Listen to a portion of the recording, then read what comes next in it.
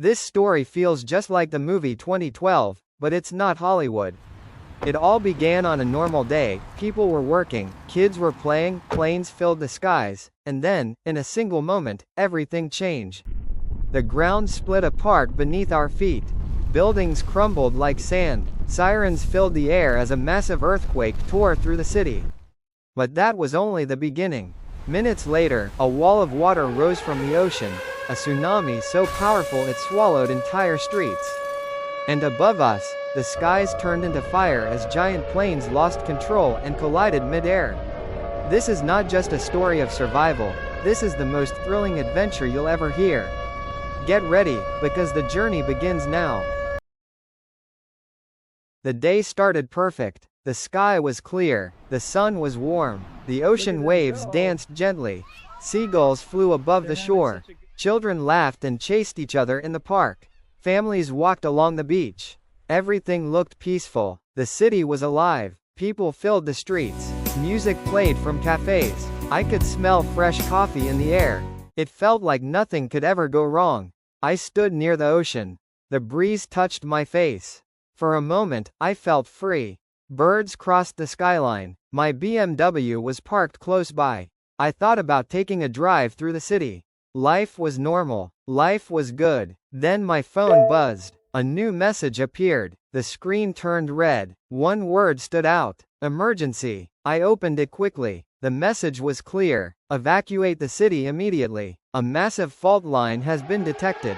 A powerful earthquake may strike at any moment. My heart froze. I looked around. No one else knew yet. People kept laughing. Children kept playing. The city looked the same. But I knew, everything was about to change. The ground rumbled beneath my feet. It started soft, then stronger. The earth itself was waking up. At first, it was just a light shake under my feet, like a truck passing by. But then, it grew stronger. The sound of the earth twisting filled the air. Windows rattled. Dogs barked. People stopped and looked around. And then, the ground roared. A building in the distance collapsed. The sound was like thunder rising from below. Panic spread. Cars crashed into each other. People screamed. Shops cracked open as walls began to crumble. The road rolled like ocean waves. Every step was unstable. I could barely keep my balance. Glass shattered from the skyscrapers. Shards rained down like deadly rain. The street split apart. A massive crack tore through the concrete. The city itself was breaking. I ran. My BMW was close. My only hope. But the ground shook harder. Power lines snapped above me. Sparks fell to the street. The air was filled with dust and screams. I reached the car. Another violent tremor hit. I almost fell, but I pulled the door open. I jumped inside. The engine roared to life. Outside, the city was falling apart. The ground finally stopped shaking. The city was broken, but for a moment, everything was calm. I didn't wait. I knew the silence was a trap. I jumped into my BMW and drove straight toward the airport as fast as I could. But halfway there, I felt it.